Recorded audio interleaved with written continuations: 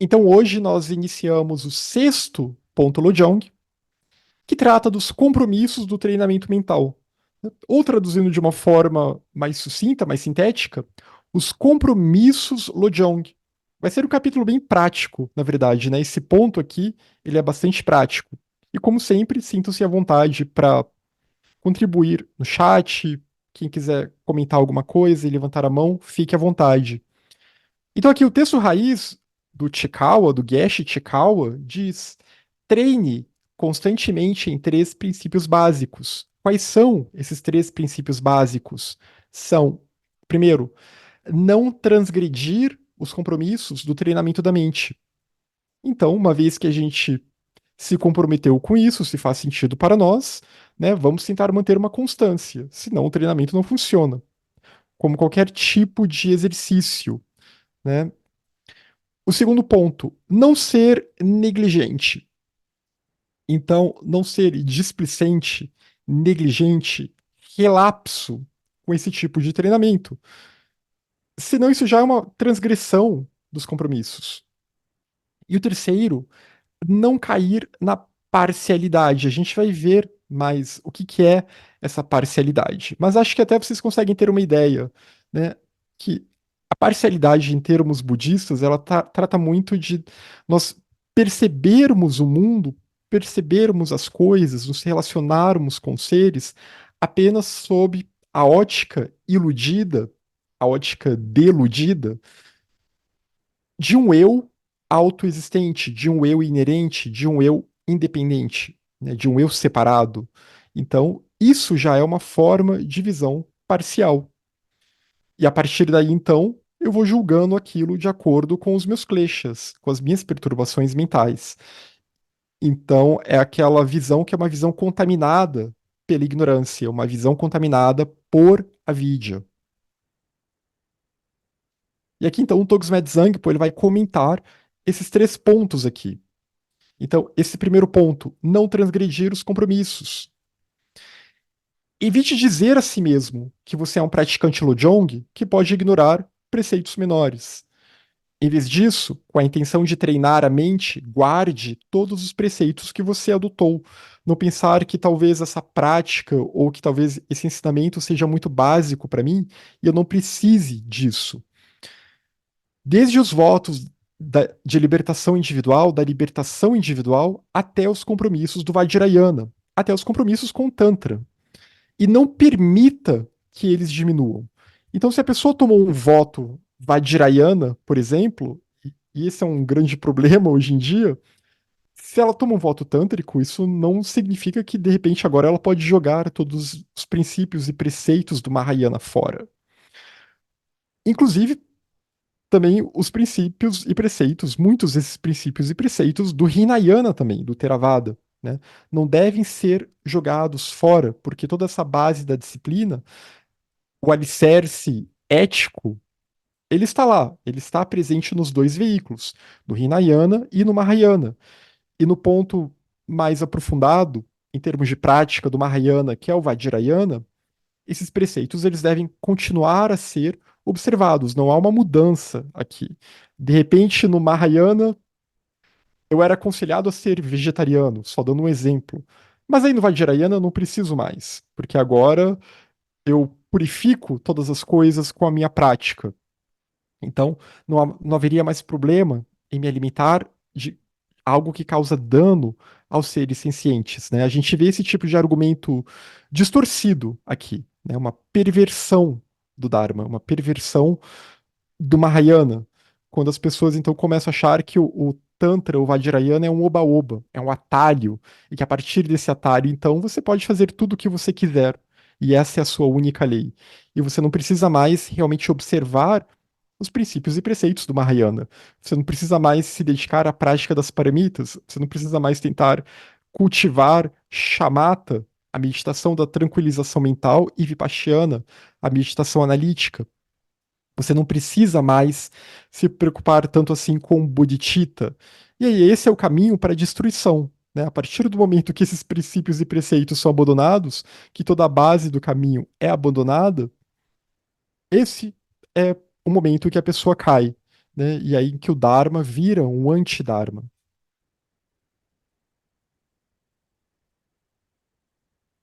Então, ser coerente com os compromissos, ter discernimento e ter uma ética real aqui, né? Ter uma harmonia real, uma shila real, pensando aqui na paramita shila, que muitas vezes é traduzida como ética ou como harmonia.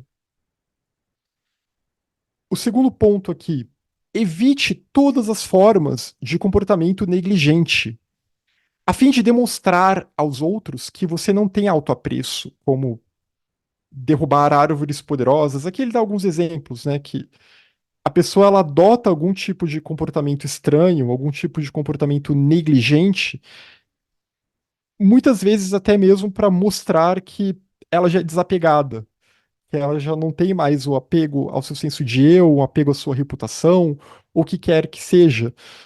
Um apego a bens materiais, então ela doa coisas que ela não poderia doar, né? Coisas que talvez das quais talvez ela dependa para a própria sobrevivência dela.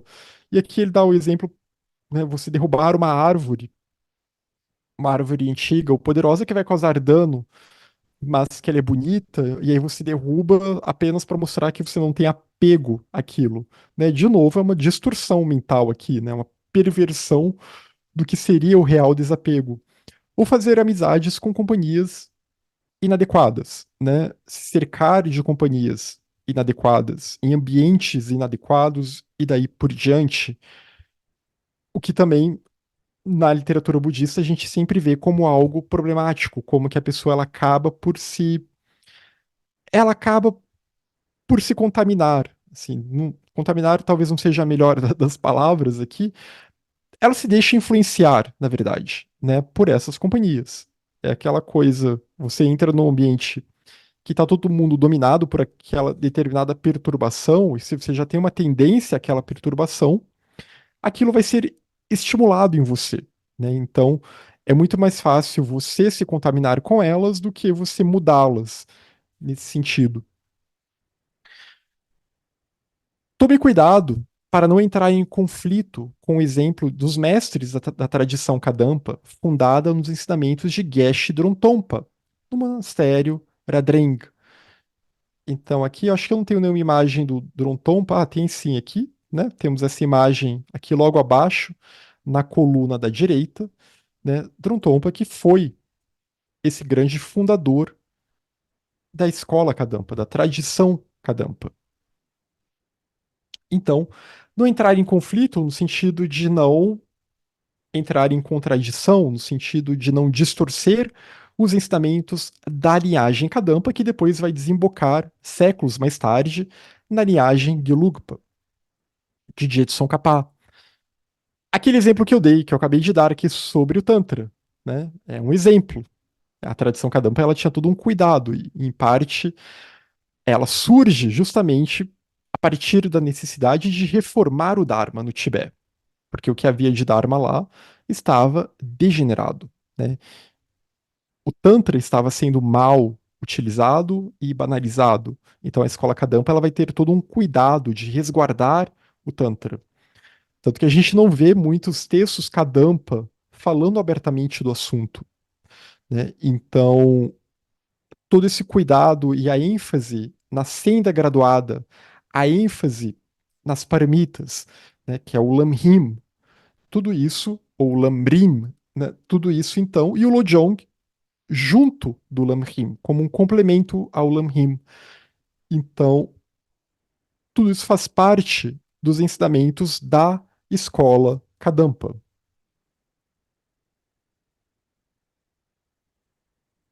Evite todas as formas de parcialidade, como tolerar o insulto de seres humanos, mas não de seres não humanos. Seria um exemplo, né? Eu até tenho uma certa compaixão por seres humanos, mas eu não tenho por animais. Eu não me importo em causar sofrimento aos animais. Eu não me importo em maltratar animais, embora, do ponto de vista social humano, eu até possa ser uma boa pessoa entre humanos, né? Mas eu não tenho esse mesmo cuidado com seres não humanos, com animais, com a natureza. respeitar os poderosos e desrespeitar os fracos. Aquela velha história, né? A pessoa que respeita, ou às vezes o respeito até um puxa-saquismo de alguém que está numa posição de poder, mas ao mesmo tempo maltrata os que estão numa posição inferior. Amar os amigos, mas odiar os inimigos. Em vez disso, aplique o treinamento universalmente. Então, ter uma mente imparcial é ter uma mente equânime, é cultivar a equanimidade, é perceber uma igualdade entre todos os seres, uma igualdade básica de que todos os seres merecem se libertar do samsara. Não importa quão ruim eles sejam para nós, né, para o mundo, etc. Mas então evitar esse tipo de visão parcial em que eu vou dar preferência, né? Eu quero que eu vou meditar para que tal pessoa se liberte do samsara, mas aquela outra, pensando bem, ela não merece se libertar do samsara.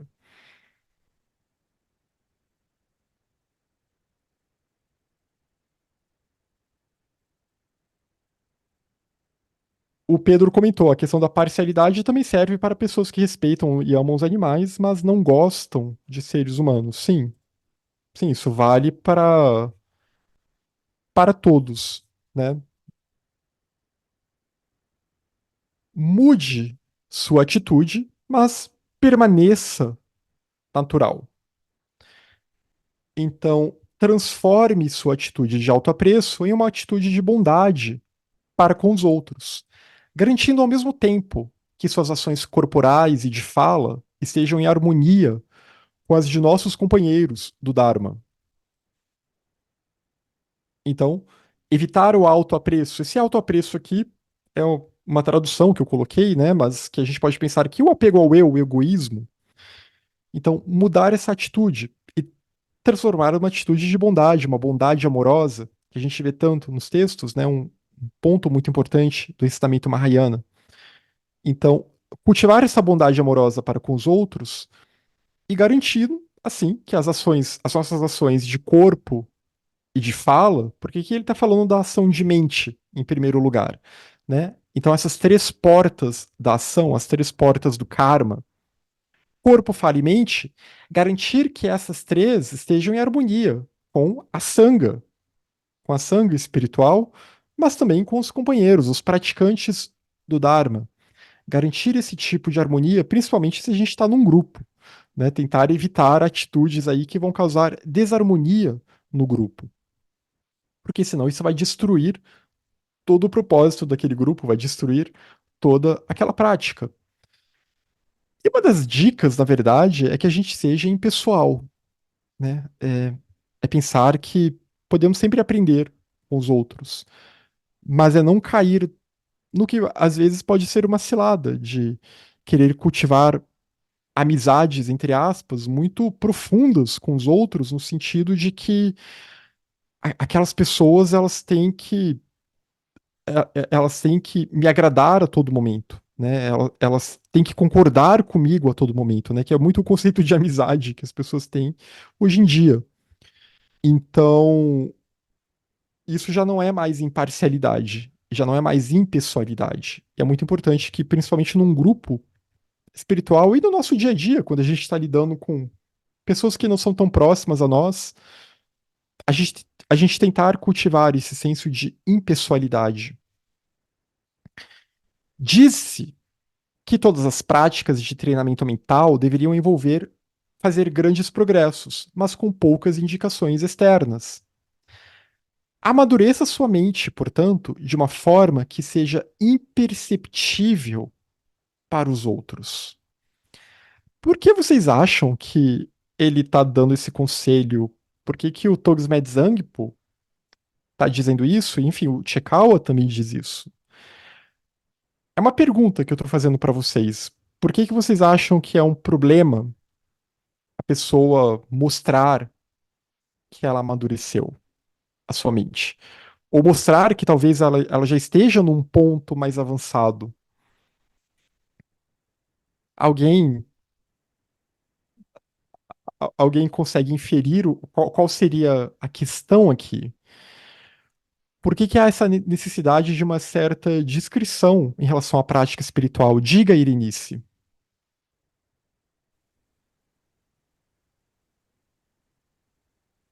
Eu acho, Bruno, que quando não há essa descrição e a pessoa quer aparecer, é porque a personalidade é quem está Sim. falando, é quem está querendo aparecer. Porque se é algo interno, é algo conquistado internamente, não há necessidade de mostrar,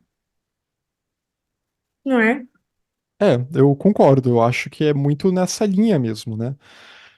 Quem realmente, se a pessoa está se despojando do apego ao eu, não faz sentido ela querer ficar mostrando. Olha só como eu sou incrível, não é Uma mesmo? Olha só como eu contradição, sou compassivo. é Diga, muito contraditório, né?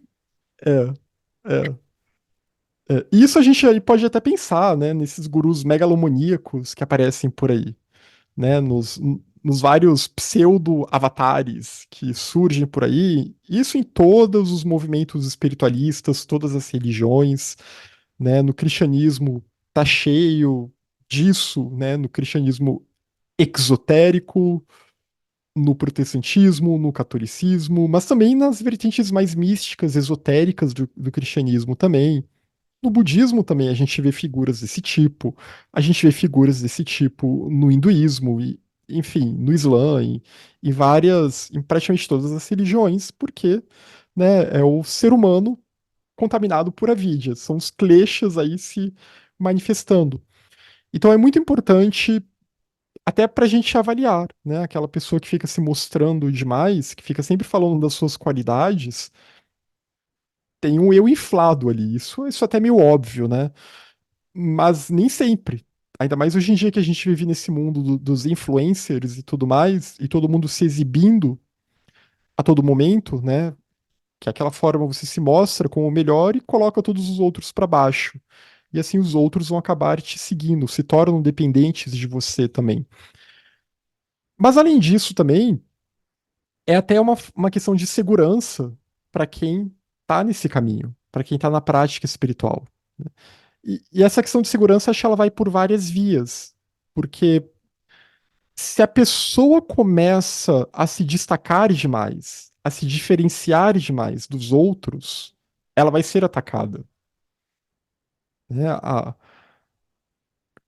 Quando alguém, quando fica perceptível que alguém saiu daquela, digamos assim, vou usar de forma simbólica aqui, da frequência de mediocridade do mundo, aquela pessoa ela se torna um alvo. Ela vai ser percebida como alguém diferente. Então isso também pode ser um pouquinho perigoso. Mas também tem um outro lado, né? Que aqui eu tô falando de alguém já muito avançado, que pode se destacar muito, mas até num grupo, né? A gente vê isso num grupo, em escola, em trabalho, né? Aquela pessoa que ela não tá se exibindo, ela não tá se autoelogiando nem nada, mas ela tá fazendo um bom trabalho, um trabalho melhor do que os outros. Aquilo já a torna um alvo dos outros, né? A gente vê isso em grupos espiritualistas também, né? Aquelas pessoas que estão trabalhando demais, que estão atuando demais, às vezes no meio de outras que não estão, aquela pessoa ela se torna um problema para aqueles outros. Então, por isso que é necessário esse cuidado, é necessário uma certa discrição. E é claro, também tem a outra questão, né, que ao mesmo tempo você pode atrair a inveja alheia, os ciúmes, etc., mas também pode atrair o exagero do outro lado, que é o excesso de elogios, que acho que isso é até mais perigoso. Que aí, de repente, todo mundo começa a elogiar aquela pessoa.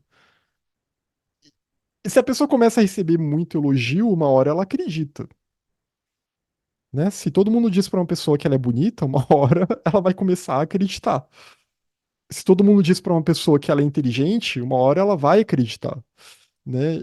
E aí, se todo mundo começa a dizer, ai, tudo bem, esses são elogios do dia a dia, até aí tá ok, né? E é bom elogiar as pessoas, né? Ninguém quer ser chamado de feio nem de burro. Mas se ela começa a receber muito elogio, como você é compassivo, como você, eu vejo uma iluminação em você, E nesses meios espirituais, aí começa. Eu vejo uma luz em você, eu vejo tal coisa em você, né? Elas começam a projetar muitas coisas sobre o outro, porque a gente projeta muitas coisas sobre o outro, né? O mundo fenomênico, a gente nunca o percebe como ele realmente é, né? Ele é uma grande projeção mental nossa. Então, a gente fica projetando as coisas sobre os outros, bem naquele sentido de natureza projetada mesmo, que a escola Yogacara fala. E aquela pessoa começa a receber aquilo e ela também vai começar a projetar uma imagem de si, né, muito a partir daquilo. E ela vai começar a achar que talvez ela seja mais do que ela realmente é. Eu tava até pensando sobre isso, que às vezes é até quando a gente vê a história desses grandes personagens espirituais da história da humanidade, quase todos eles passou por alguma grande provação, né, nos relatos. O próprio Buda, ele passa por uma série de provações, né, na sua busca. Aqui na história mítico-lendária do Buda, né, o Siddhartha passa por uma série de provações para tentar entender o que que é isso, né, o que que é o mundo, o que que é a vida. E talvez até é, realmente é pedagógico passar por tudo isso, porque isso vai colocando o eu no seu devido lugar, né? Há certas humilhações na vida, não que a gente deva buscá-las ou ir atrás delas, mas elas são realmente pedagógicas nesse sentido, como a gente viu em outras ocasiões aqui, né? Naquele outro ponto Lojong, que é transformar a adversidade no caminho e entender que o sofrimento que a gente experiencia, e tudo isso é karma, na verdade, ele pode ser usado de uma forma pedagógica, para colocar o eu no seu devido lugar. Você quer complementar com mais alguma coisa, Irenice? Eu acho que você falou as duas perspectivas interessantes, né? Que é a questão do eu estar à frente e a outra perspectiva é no sentido mais espiritual, né? De ficar muito à vista de ataques, de inveja, de tantas outras coisas, né? Então, a Sim, imparcialidade, ao meu ver, ela é essencial e muito necessária, inicialmente, inclusive. Eu acho que é elementar, sabe? sim, Tem que ser, a gente tem que trabalhar isso desde agora. É exatamente. muito É, importante. eu concordo, é algo realmente elementar e que a gente tem que treinar, né, desde agora, Desde já, desde desde já. já, desde ontem. É,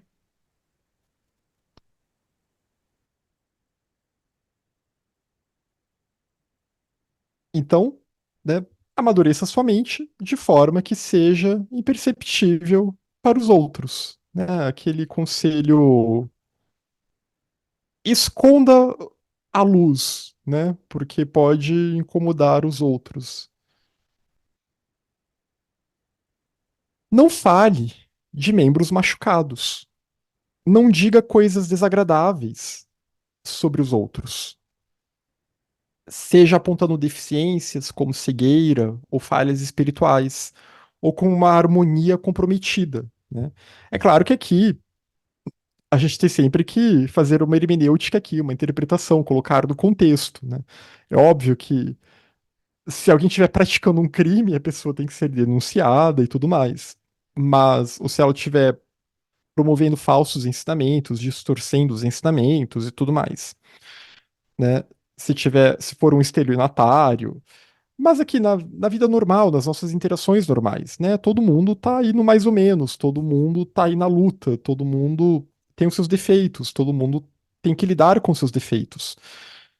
Então, evitar a fofoca, basicamente. Lembra daquela ação errônea da fala, né? Que é o não tentar causar discórdia entre os outros. Então, evitar causar a discórdia, evitar semear a discórdia, evitar esse tipo de fofoca, né? Não ficar dizendo coisas desagradáveis, ficar apontando deficiências, cegueiras, outros tipos de deficiências, né, nas pessoas, falhas espirituais e tudo mais, né?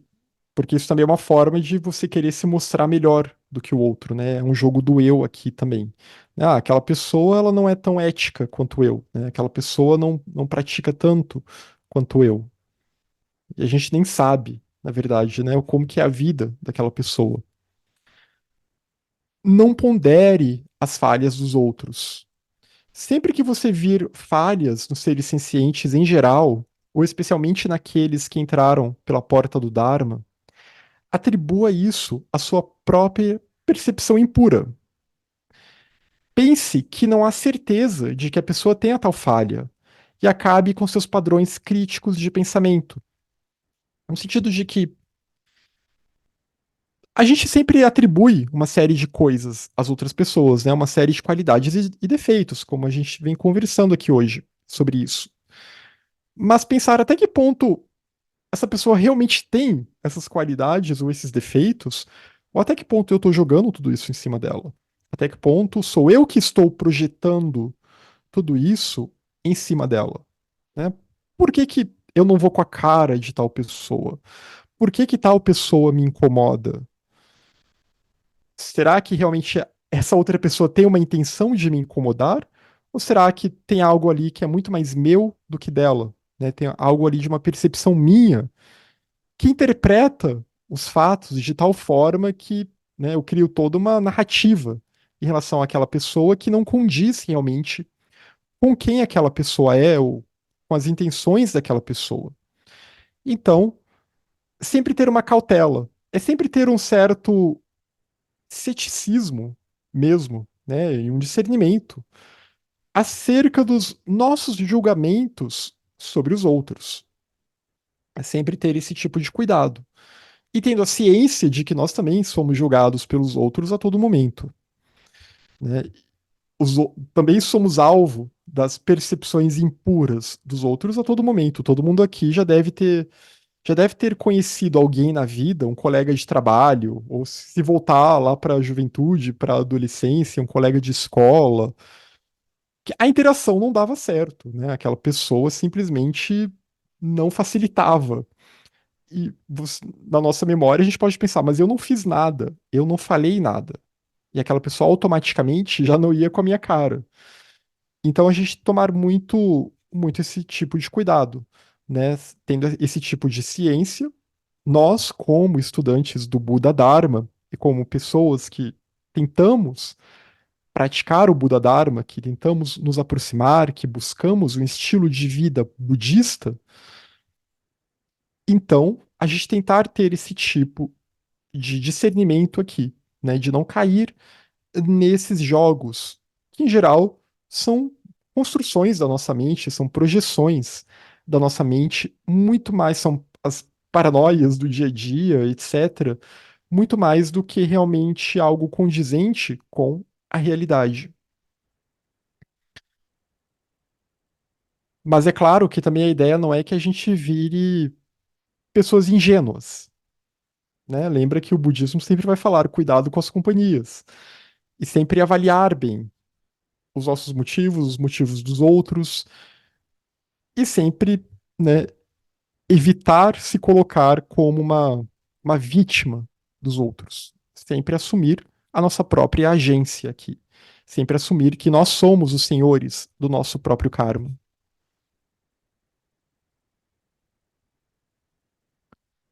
Verifique qual é a emoção destrutiva mais forte em sua mente. E combinando todas as práticas no antídoto para essa emoção, trate-a primeiro. Nós já vimos isso em outros textos também. Então, acho que até no texto do Serlingpa, se eu não me engano, ano passado a gente viu isso, né? Os estágios da mente heróica, acredito que naquele texto tem algo sobre isso. Então verifique qual é a emoção destrutiva mais forte, qual é o klesha mais forte.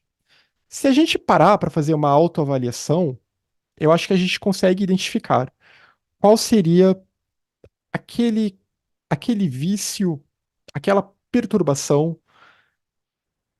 que nos puxa mais para baixo do que as outras. E a gente pode perceber isso muitas vezes quando a gente tenta estabelecer uma rotina de meditação, né? Quando a gente tenta reforçar a nossa prática espiritual, a nossa prática do Dharma, né? Quando a gente pensa, não, Eu vou passar umas 3 semanas meditando 3 vezes por dia, dedicando no mínimo 1 hora do dia para o meu estudo. A gente está colocando a energia aqui em movimento, né? Muita víria, muita reta energia aqui sendo colocada em movimento. E isso causa um efeito rebote, né? Porque a mente ela não quer ser disciplinada. A nossa mente está viciada na perturbação. Não é à toa que uma tradução de klesha é vício, né? Perturbação. Então, essas perturbações, elas vêm à tona, né? E o próprio karma também, às vezes, nos testa. E vai nos testar muitas vezes, ativando esses kleshas que são aqueles mais fáceis, né? Essa pessoa aqui, ela tem um ponto fraco, né? O calcanhar de Aquiles dela é muito fácil de atingir e é esse aqui, né? E pode ser várias coisas, né? Vários tipos de kleshas aqui, né? Pode ser a raiva, por exemplo. Acontece alguma coisa e aí a pessoa tem um ataque de raiva e ela deixa toda a prática para lá, né? Podem ser outras perturbações também. Então, é importante por isso que a gente saiba identificar qual é aquela que realmente é a mais forte em nós, né? Aquela a qual nós somos mais suscetíveis. Pode ser uma, pode ser duas, pode ser três, podem ser três. Mas então, a partir daí, a gente buscar tratar dessas que são as mais fortes e depois vai cuidando das outras. E como a gente cuida dessas perturbações mentais? Aplicando os antídotos. E como que a gente aplica os antídotos? Aplicando a força oposta, né? Cultivando a virtude oposta àquele vício e meditando bastante. Na verdade, quando esses testes vêm, a ideia é que a gente intensifique ainda mais a nossa prática e não abandone. Então, tentando colocar em prática as paramitas e meditando bastante sobre o vazio, né? Sobre o vazio de existência inerente do eu e dos fenômenos, como uma forma também de buscar um desapego, né? Se despojar desses vícios que nós identificamos tão fortemente com o nosso senso de eu. Deixe de lado todas as preocupações egoístas, como procurar obter riqueza e fama nesta vida, felicidade em vidas futuras, como um deus ou um ser humano, né? Lembrando que podemos renascer como deuses, como devas, mediante o mérito, ou também pensar que eu quero uma vida humana com fama, com riqueza, com bens materiais, com sucesso, etc. Ou obter o nirvana apenas para si mesmo, né? Aqui é um tipo de egoísmo um pouquinho mais sutil, mas que dentro do ponto de vista do Mahayana é um tipo de egoísmo também, né? Um egoísmo dourado. Eu já ouvi alguém falando isso uma vez. Então, pensar que essa prática de treinamento mental, ela está alinhada. Afinal, é o Lujong, a alquimia mental, é a transformação do egoísmo no altruísmo. É realmente o despertar de bodhicitta, da mente altruísta. Então, realmente, ela deve estar alinhada com o Mahayana, com o voto do Bodhisattva, de se comprometer a continuar a atuar para o benefício de todos os seres. Então, deixar de lado preocupações egoístas e focar, né, na prática do Dharma e naquelas coisas do dia a dia que têm que ser feitas, claro, no trabalho, alimentação, sobrevivência e tudo mais. Né? Garantir ter uma vida, o cuidado com o corpo, com os recursos, para que então eu possa realmente me dedicar ao Dharma cada vez mais e ser mais útil para os seres, né? Para que eu possa transformar cada vez mais a minha mente, para que mais adiante eu possa ser mais útil para os outros seres. Abandone toda virtude, toda atividade virtuosa que esteja contaminada pelo apego a coisas como reais ou pensamentos de alto apreço, assim como você evitaria alimentos misturados com o veneno. Aquilo a gente pode dar alguns exemplos, por exemplo, o dana, né, a generosidade, mas aquela pessoa que ela doa coisas não realmente com a intenção de ajudar o outro, né? Ela doa porque ela quer ter poder sobre aquele outro. Porque depois ela vai querer uma retribuição, ela vai querer algo em troca. Então, a princípio, o doar é uma atividade virtuosa, mas está contaminado pelo apego, está contaminado pela ganância, nesse caso. Então, tomar esse tipo de cuidado, né? Ou alguém que busca fama, que busca reputação, etc., em troca de atividades virtuosas, né? Que quer a gratidão alheia. E então a pessoa está tá misturando aqui. Ela está misturando algo que é positivo, né? Algo que nutre a mente, que nutre os outros seres, que é uma virtude, com o veneno, que são intenções egoístas, que são intenções guiadas pelos kleshas, pelas perturbações. Então, abandone esses tipos de alimentos venenosos. Pratique o bem pelo bem. Pratique a virtude pela virtude. Ou melhor ainda, pratique para o benefício de todos os seres. Evite guardar rancor com base no mal que os outros lhe causam. Abandone o ressentimento, né? O que também é difícil. Tudo isso aqui parece tão é bem simples de ler, né? Mas é muito difícil de colocar em prática. E a gente vai ver alguns que vão ficando cada vez mais difíceis aqui. Evite o rancor, né? Dá um jeito, vira a página, medita sobre o desapego, medita sobre a falta de inerência do eu, do meu eu e também do eu daquela pessoa que me causou mal, né? Reflita sobre o karma.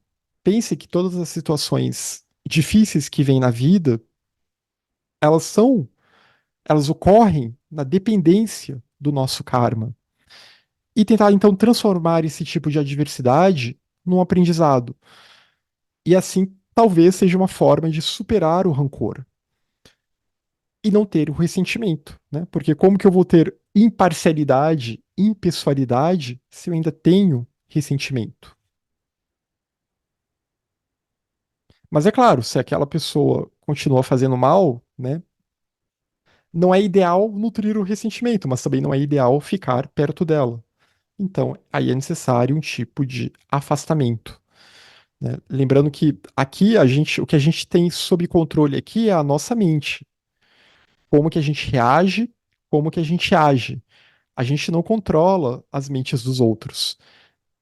E por isso também que fica difícil nesse sentido, né? Por isso que a prática, ela se impõe como um desafio aqui.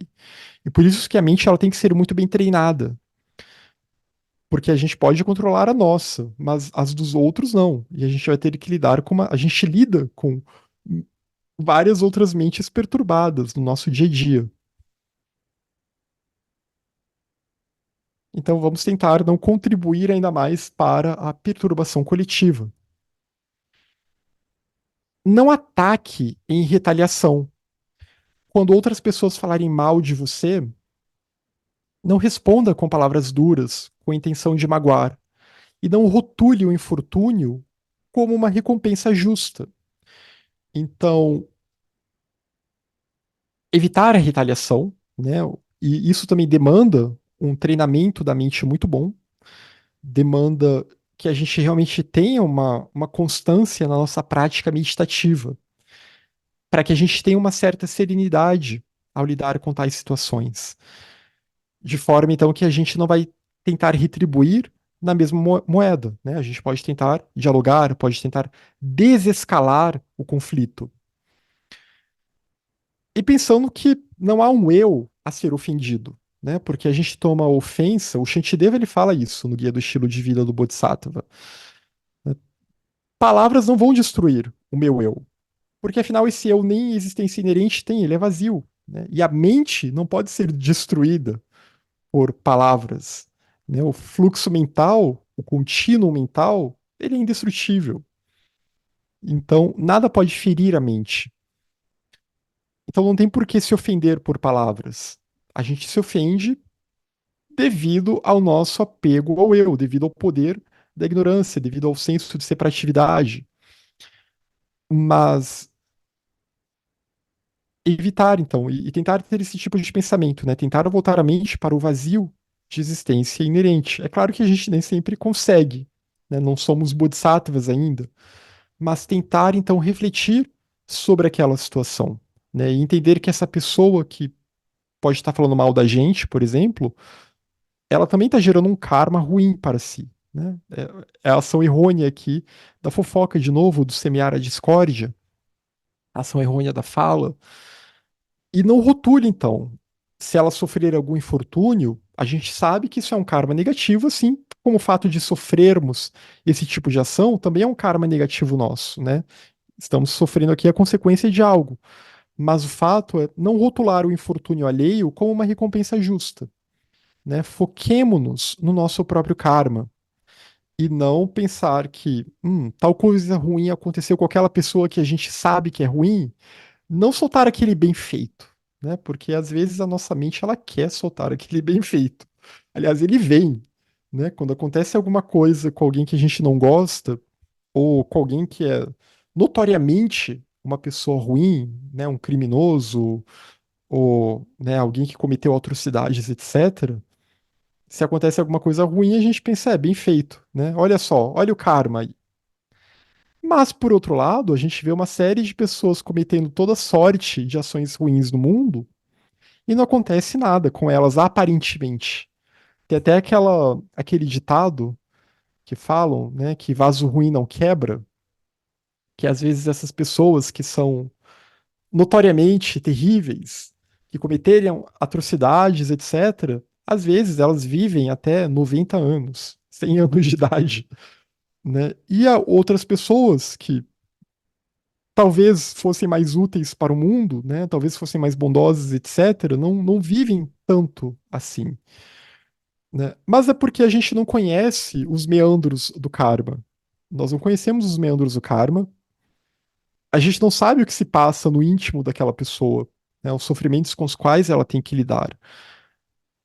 O que se passa na sua vida privada. E também o karma não necessariamente ele se manifesta, ele vai ser retribuído nessa mesma vida.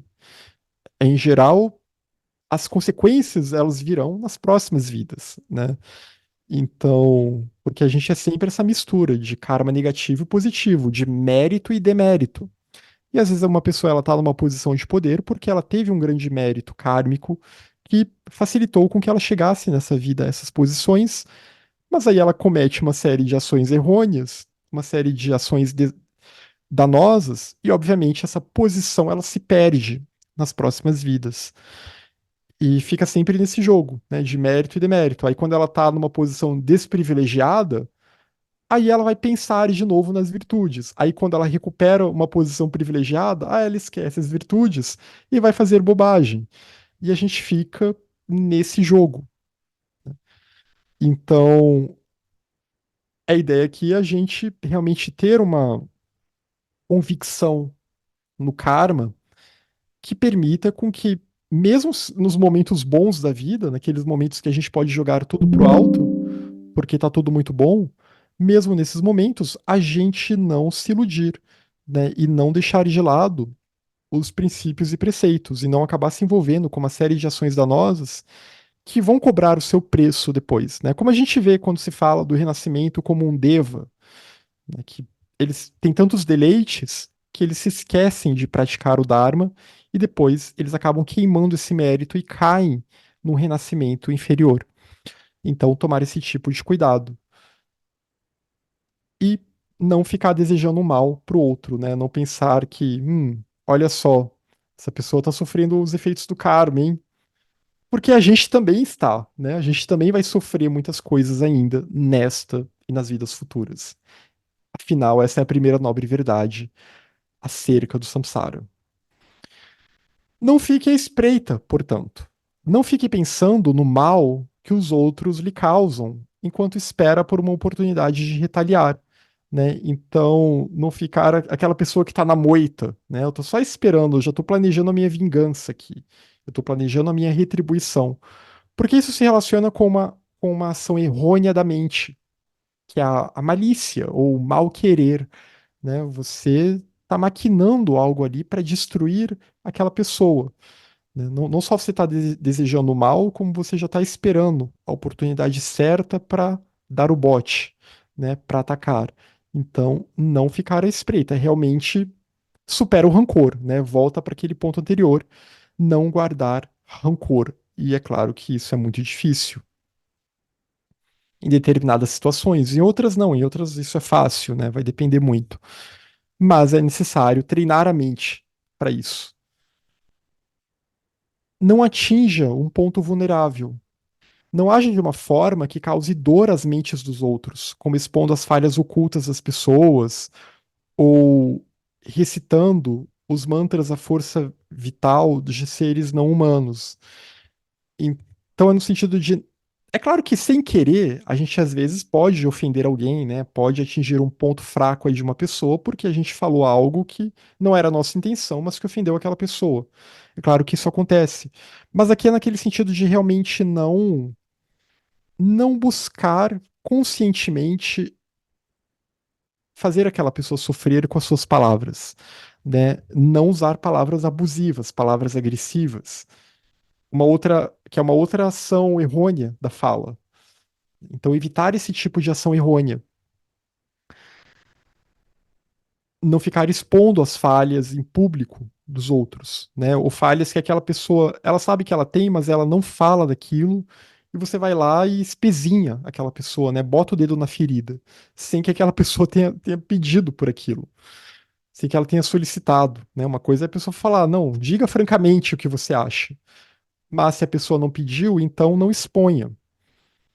E aqui, quando ele fala de recitar esses mantras, de forma bem resumida, basicamente não causar danos a seres não humanos também, né? Não achar que seres não humanos, isso vale para animais, mas vale até para outras classes de seres, que eles devem ser um instrumento seu em ritos mágicos e que você vai então escravizar esses seres e que você vai então maltratar esses seres, né? E, e vai usar rituais então que podem fazer mal a esses seres, né?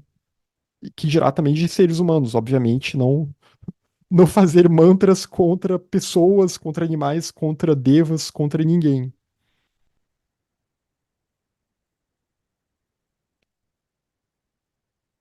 Até porque depois você vai ter que se ver com o karma. Não transfira o fardo do boi para a vaca, né? Eu tenho que colocar aqui o meu computador aqui para carregar. Se alguém quiser comentar alguma coisa enquanto isso, só vou ligar aqui na tomada. Irenice, se você quiser complementar com alguma coisa aqui antes que o meu computador aqui perca a bateria e apague tudo.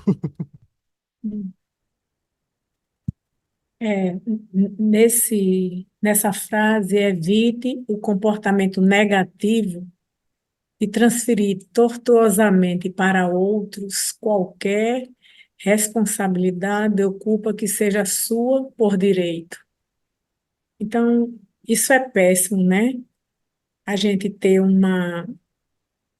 consciência de que tem responsabilidade em algo ou culpa por algo e dizer que outra pessoa quem tem, né, essa culpa ou responsabilidade.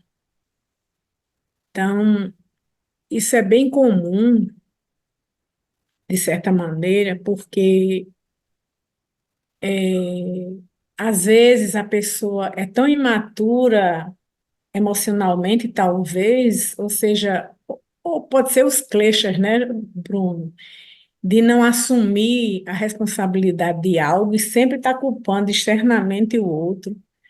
E tem que ser a vítima, e às vezes até o próprio Deus, né? Deus é culpado ou alguém. Então, isso é um clichê, chega a ser feio, né? Muito bizarro. É, é isso. É, exatamente, né? Se ele dizer mais alguma coisa? Não, Bruno. Ah, ok. Vá. Sim. Então, é isso, né? Não transferir o fardo do boi para a vaca, né? É uma linguagem bem de alguém que está realmente tendo que cuidar do pasto nas montanhas dos Himalaias. Então, evite o comportamento negativo de transferir tortuosamente para outros qualquer responsabilidade ou culpa que seja sua por direito, né? Como eu tinha dito, nós somos os senhores do nosso próprio karma. Então, a gente tem que entender que muitas das coisas pelas quais a gente passa na vida são consequências das nossas ações, não só desta vida, mas de vidas anteriores. E a gente tem uma responsabilidade, a gente não consegue mudar, a gente não vê como foram as nossas vidas anteriores, né? Que é talvez o grande problema de toda essa questão aí, a gente não lembrar das vidas anteriores e por isso a gente se sente injustiçado. Mas a questão, e é claro, né?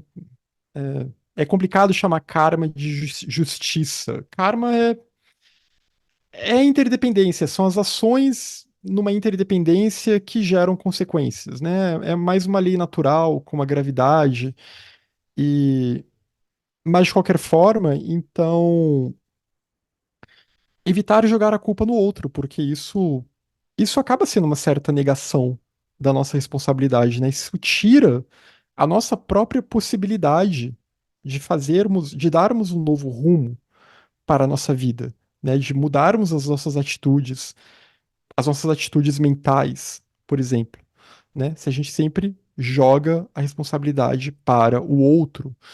E hoje a gente vive uma cultura muito assim, né? A gente sempre viveu, na verdade, não há nenhuma novidade, né? Em que as pessoas estão sempre terceirizando a sua responsabilidade, né? E do ponto de vista budista, como a Irinice aí tinha dado o exemplo, né? Não adianta nem culpar Deus, porque não tem Deus no budismo. Então, do ponto de vista budista, e nem dá certo querer culpar Deus. Não vai dar certo. Não, isso não trabalhamos com isso no budismo. Então, não seja competitivo.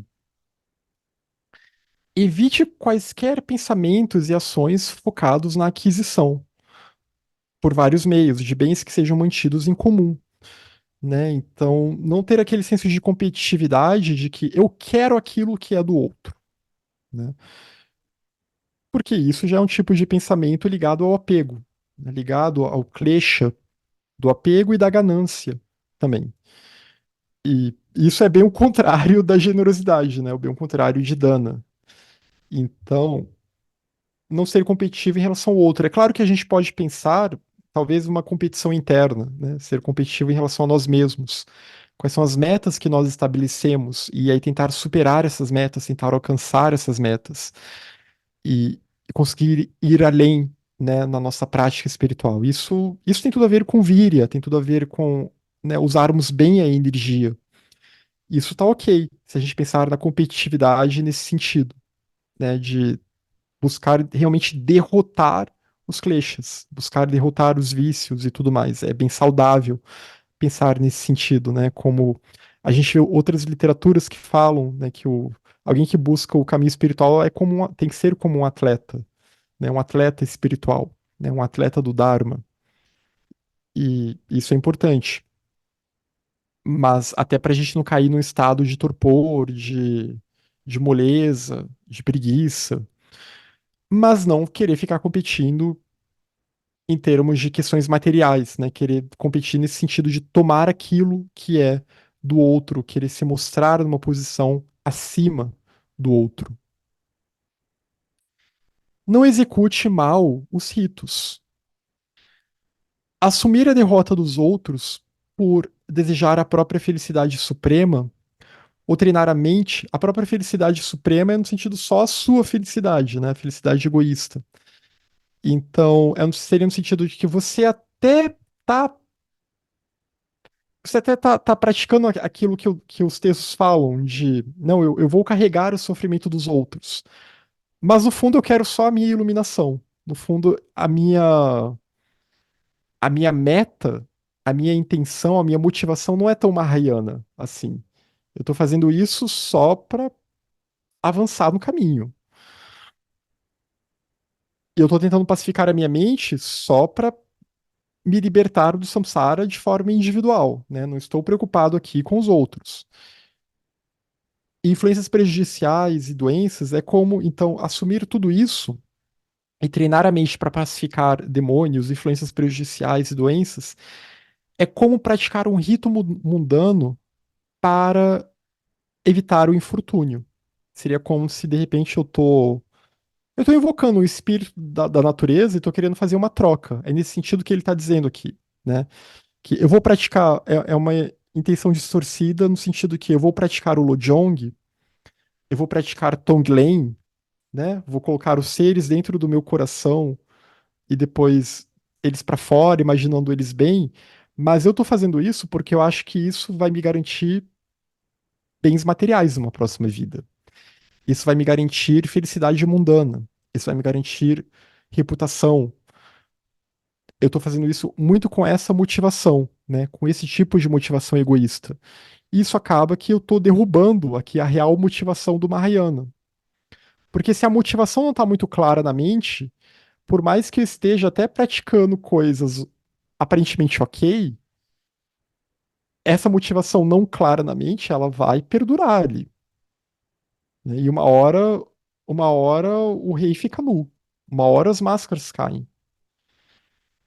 E uma hora aquela pessoa ela vai acabar percebendo que na verdade o caminho dela é outro, de que ela não é, o caminho dela não é uma Mahayana. E, e aí isso pode levá-la, inclusive, a se envolver com práticas distorcidas mais adiante, né, nesse anseio de buscar benefícios materiais. Então, devemos evitar tais preocupações egoístas, porque se a gente pratica o Dharma com preocupações egoístas, a gente está praticando um rito mundano. A gente não está mais praticando o Dharma de fato. A gente está praticando o xamanismo, como ele vai dizer aí mais adiante. O treinamento mental que envolve uma atitude parcial e que é entendido como um método benéfico para lidar com demônios e influências nocivas, não difere de um ritual xamânico. Se eu tenho uma visão parcial quando pratico Mahayana, que é para beneficiar apenas o meu eu, e eu quero algo em troca, então a partir dessa prática, se eu estou encarando isso como um toma lá da cá, isso é xamanismo, né? É como realmente eu invocar o espírito da natureza e falar, olha, eu faço esse sacrifício para você e você me dá uma coisinha aqui em troca. Isso não é o Dharma. Para ser qualificado como Dharma, deve funcionar como um antídoto para aflições mentais e pensamentos comuns, pensamentos de todos aqui, né? Deve ter em vista bodhicitta. Bodhicitta deve estar lá muito bem assentada. A bodhicitta, aquele primeiro nível de bodhicitta intencional, deve estar muito bem assentada naquela mente. E aí ela busca o bem comum, ela busca o bem de todos, ela busca beneficiar todos os seres e não apenas o seu eu. Se busca apenas o seu eu, então já não tem nenhuma visão do vazio muito adequada aí, né? Aliás, tá faltando, tá faltando, tá faltando vazio na mente dessa pessoa. Tá faltando shunya, porque ela tá atribuindo existência inerente ao seu eu. Então, de novo, o cuidado com as intenções, o cuidado com a sua motivação na prática. Não reduza deuses a demônios. As pessoas mundanas, quando seus próprios deuses ficam descontentes, eles causam danos, dizem que o deus foi reduzido a um demônio, né? Que aquele deus ele agora está se comportando como um demônio. A gente vê até na história das religiões, né? Como panteões acabam sendo demonizados, porque aquela religião antiga não funcionou, né? As calamidades continuaram. O Vesúvio lá destruiu Pompeia, as pragas continuam, a malária está matando a população, mas agora tem uma nova religião. Esse Deus vai me ajudar. Aqueles lá eram só demônios. Aqueles lá só estavam causando infortúnios, né? E aí você fica sempre terceirizando. Hoje eu vi um debate engraçado, né? Eu raramente olho o Facebook hoje em dia, mas um debate que alguém estava discutindo se o budismo pode ser considerado ateísta ou não. Eu acho muito complicado chamar o budismo de ateísta, porque ateísmo é algo que a gente associa muito com o materialismo, né? Esse materialismo ocidental. que nega, na verdade, qualquer tipo de transcendência, nega qualquer natureza divina. Desse ponto de vista, realmente não dá para dizer que o budismo é ateísta. Mas se a gente usar um ponto de vista teológico, da teologia da patrística cristã tradicional, o budismo ele até pode ser catalogado como ateísta porque realmente não reconhece essa ideia de um Deus todo-poderoso que vai resolver os problemas da sua vida. Né? Nos textos budistas, inclusive, é dito que tem um sutra, é um sutra Theravada até, que fala de Brahma, né? Não estou falando de Brahman, estou falando de Brahma, sem um N no final. Brahma, aquele que na trindade hindu, né? Tem um Brahma, Vishnu, Shiva, e Brahma muitas vezes é considerado o grande criador de tudo, né? E esse texto budista, esse sutra budista, agora eu esqueci qual é, depois eu pego o título. Esse sutra fala, não é, Brahma, ele vivia, ele é um deva, é um deus que vive num reino que ele esqueceu, na verdade, que ele não é o criador de tudo. E aí, na sua ignorância, ele acha que ele é, mas ele não é. Então, e aí ele ainda pede que os outros o adorem como se ele fosse o criador de tudo, e os outros acham que ele é, mas ele não é, porque não há um criador de tudo, né? As coisas, elas surgem mediante causas e condições, uma causalidade complexa. É assim que os universos surgem, depois se retraem, né? E depois novos universos surgem novamente. Esse mesmo processo de renascimento que se aplica a nós se aplica ao cosmos também. Então, mas a gente vive nesse jogo, né, de pessoas cultuando deuses como muletas e buscando, né, como na carta do Mahatma K, que fala bastante sobre isso, né? E então atribuindo coisas boas e ruins a esses deuses, que ora, né, nos dão coisas boas e quando não nos dão, eles são demonizados. Assim, se a prática do treinamento da mente levar a um aumento do orgulho e da arrogância, o Dharma se tornará um não Dharma. Então, assim como que para ele está comparando aqui, né, fazendo uma analogia, na verdade, assim como para aquela pessoa mundana, ela rezou para Deus. Deus não deu o carro que ela queria. Ah, aquele Deus não me serve mais. Não ganhei o carro, ganhei uma doença. Né? Não ganhei o carro, tô com câncer. E então esse Deus para mim não vale nada. Esse Deus é um demônio, eu vou trocar de Deus. E da mesma forma que, né, se a gente pratica, agora levando para a prática do Dharma real, se a prática do Lojong, a prática do Dharma, a prática do treinamento da mente leva a um aumento do orgulho e da arrogância, o Dharma, ele se torna não Dharma. Isso que a pessoa está praticando não é mais budismo, é uma outra coisa. O treinamento da mente, ele deve disciplinar o caráter. Se o caráter de alguém ficar cheio de orgulho, o Dharma não atingiu o alvo. Isto é, como realizar um ritual de resgate na porta oeste quando um demônio está causando problemas na porta leste. Né? Você errou a porta e o problema continua lá. O medicamento precisa ser aplicado diretamente no local da doença. Abandonemos o alto apreço e atuemos como os mais humildes servos de todos. Então, abandonar esse tipo de autoapego e lembrar que o treinamento da mente, o Lojong, serve principalmente para isso. É um medicamento voltado para isso, né? Um antídoto para isso, para que essa alquimia seja realizada.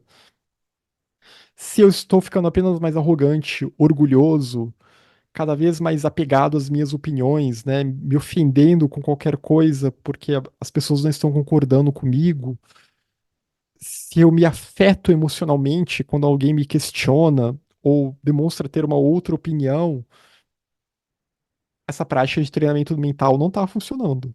Alguma coisa está errada aqui, né? E aí a gente tem que olhar para a nossa própria vida. Será que estamos meditando o suficiente? Será que estamos estudando, lendo, refletindo o suficiente?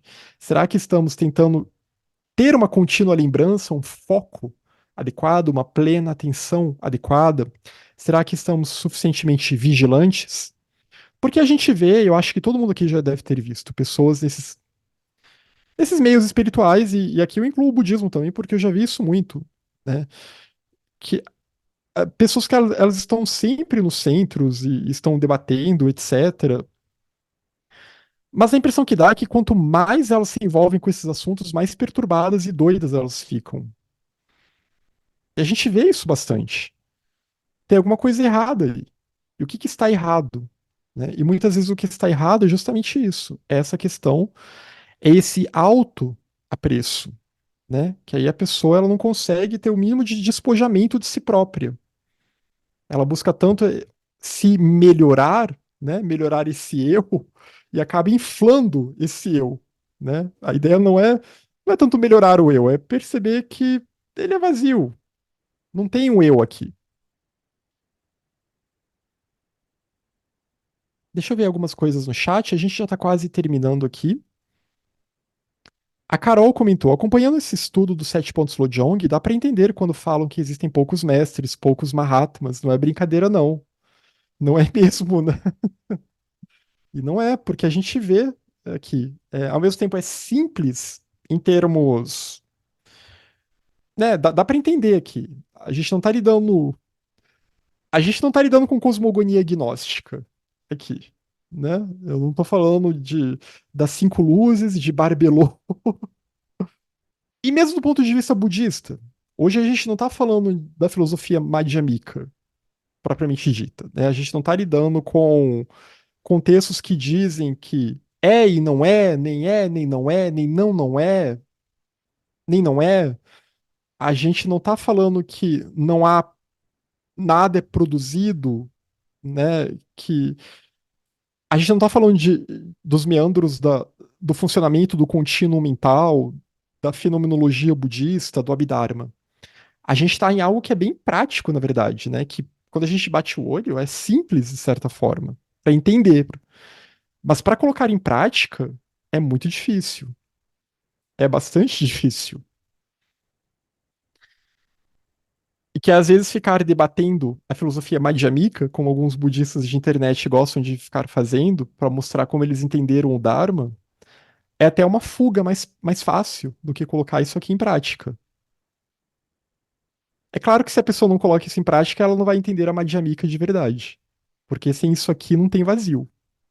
Sem isso aqui não se alcança Shunya, de verdade. Sem isso aqui não se desenvolve a real sabedoria intuitiva, a real prajna, né? Então, mas é exatamente isso, Carol. E realmente tem poucos, né? Se a gente for ver o nosso mundo, a Cláudia comentou, difícil é pouco, Bruno. A prática é muito difícil, exatamente. Né? São poucos mesmo os que se libertaram, né? Porque também são poucos os que querem se libertar, são poucos os que têm acesso a um ensinamento que leva à libertação. E são pouquíssimos os que realmente estão dispostos a fazer todos os sacrifícios necessários, né, a realmente se envolver com esse projeto, que é um projeto de vidas e vidas, né? Porque o poder do mundo, o poder dos kleshas é muito forte em nós. Então, é uma luta realmente, né? É uma batalha, é uma guerra que a gente tem que estar disposto a lutar. E que a gente vai ganhando algumas batalhinhas aqui, perde outras ali, mas essa guerra ela não tem um fim muito claro, né? Ela tem um fim quando se liberta do samsara, mas é um fim mais distante. Então não busque o sofrimento alheio como muleta para a sua própria felicidade. Evite desejar que os outros sofram como um meio para a sua própria felicidade. Não pense, por exemplo, se meu parente próximo ou amigo morresse, eu receberia sua comida, sua riqueza, livros e assim por diante. Desejar a herança dos outros, né? Que horror. E eu vejo isso muito hoje, né? Eu vejo umas notícias meio bizarras aí de filhos que tentam impedir que os pais vendam imóveis porque já estão pensando na herança que eles vão deixar quando morrerem, etc. Então você pensar que, não, você quer. Ou até no ambiente de trabalho, né? Você pensar, se o fulano for demitido, aquele cargo vai ser meu, né? Eu vou ganhar um salário melhor. E as pessoas pensam isso, realmente. Se meu patrono adoecesse e morresse, eu teria a chance de acumular mérito, né? Ele não ia mais me atrapalhar, ou então eu ia virar o novo patrono. E aí eu ia poder usar os recursos dele para auxiliar os outros, entre aspas. Vejam como a nossa mente ela é capaz de ser muito perversa, né? A gente está rindo aqui, mas esses pensamentos eles aparecem na nossa mente, eles pululam de vez em quando na nossa mente, né? E como que a mente ela pode ser muito perversa. E por isso que é necessário a vigilância, é necessário meditação, é necessário a confissão também. Como a gente vê, muitos textos falam, né? Aquele é o momento de você realmente se analisar e admitir para si próprio os seus defeitos, né? Se olhar no espelho da mente e admitir os defeitos e pensar, então, não, eu tenho que mudar essas atitudes, né? Porque também o grande ponto aqui é que nós não somos os nossos pensamentos, né? Por isso a gente pode mudá-los. Nós não somos isso que a gente chama de personalidade, por isso que ela pode ser moldável. E essa é a vantagem do eu ser vazio, né? Já que ele é vazio, já que ele é um produto da interdependência, então ele é moldável, na verdade. Muito mais do que a gente pensa. Então, se meu colega meditador morresse, eu teria a chance de acumular mérito sozinho. Olha só. Aqui deve ser num contexto meio de monastério, né? Não, se aquele monge morrer, só vai sobrar eu aqui para então dar aqueles ensinamentos, né? Então eu que vou acumular todo aquele mérito. Vocês acham que não tem esse tipo de pensamento em monastério ou se tem? E se meu inimigo morresse, eu não seria mais prejudicado e teria a chance de prosperar, né? Então, se aquela pessoa sai do meu caminho, que é aquela visão de ver pessoas como obstáculos, né? Obstáculos à nossa felicidade egoísta. Então, não buscar esse tipo de pensamento. Quando ele diz aqui, não busque o sofrimento alheio como muleta para a sua própria felicidade, é não pensar que o sofrimento alheio vai te beneficiar, porque não vai. Porque só o fato de você estar desejando isso para o outro, de novo a gente volta para aquela ação errônea da mente, que é a malícia. É o mal querer, o desejar o mal ao outro. Só isso você já destruiu toda a sua prática. Só isso você não vai ter mérito kármico algum. Você só vai gerar demérito, só vai gerar karma negativo, né? E é um karma negativo. Tudo bem, ficou só no pensamento, não agiu, né? Você não jogou o colega meditador da janela. É menos mal, mas ainda assim é um karma negativo que está sendo gerado e que vai ter suas consequências no futuro. E as consequências kármicas são imprevisíveis, né? Talvez no futuro essas pessoas falem mal de você, já que você se preocupou tanto, né, com isso, vendo pessoas como obstáculos, etc. Talvez no futuro você vai ser visto como um obstáculo para os outros, né? O karma é complexo, nem sempre a coisa é tão direta assim, né? Mas de alguma forma a pessoa vai sofrer as consequências disso, né? Ou vai ser uma pessoa que não vai ter confiança nos outros, ou que os outros não vão confiar nelas, né? Pode se manifestar de muitas formas. Então é isso. Esse foi o sexto ponto Lojong. E na próxima semana a gente vai para o sétimo ponto Lojong e termina esse texto. Então, muito obrigado e até a semana que vem.